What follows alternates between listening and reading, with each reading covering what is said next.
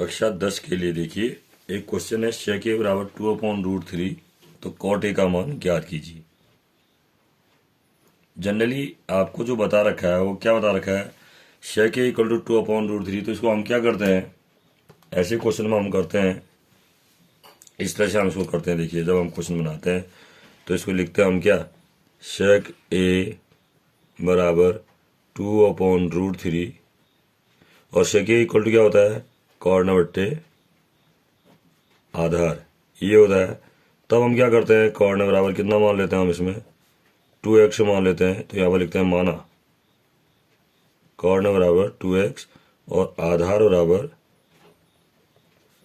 √3x, ये मान लेते हैं।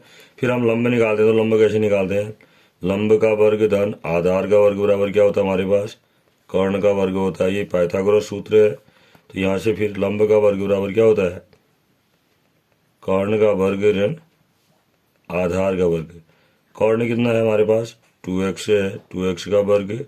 आधार कितना है हमारे पास, 3x है, 3x का वर्ग। तो ये हो गया 2x का वर्ग कितना हो गया, 4x²।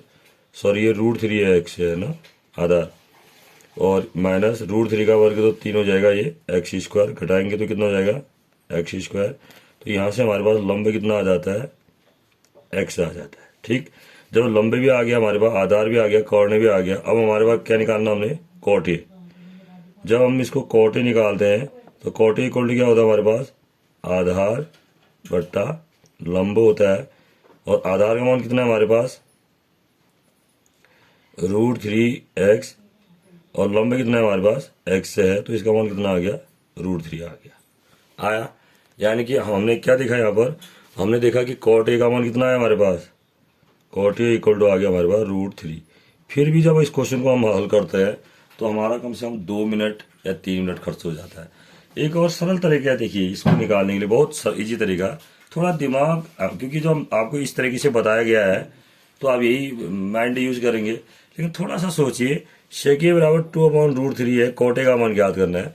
तो आप सीधे यहाँ से देख सकते हैं। देखिए, शेक ए बराबर कितना है हमारे पास, शेक ए बराबर है हमारे पास 2/√3।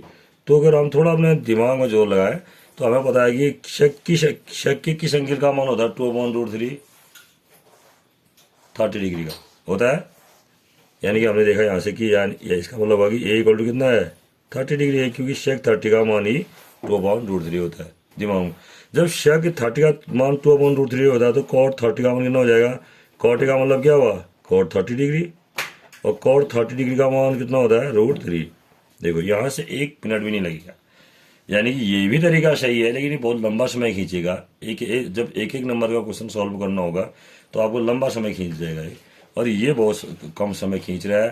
तो यहाँ से तुरंत हम इसको हल कर सकते हैं। तो जो क्वेश्चन इस तरह के दिए होंगे आपको दोनों तरफ से सोचना है कि जल्दी से जल्दी कैसे हल होगा, इसको भी देखना बेटा।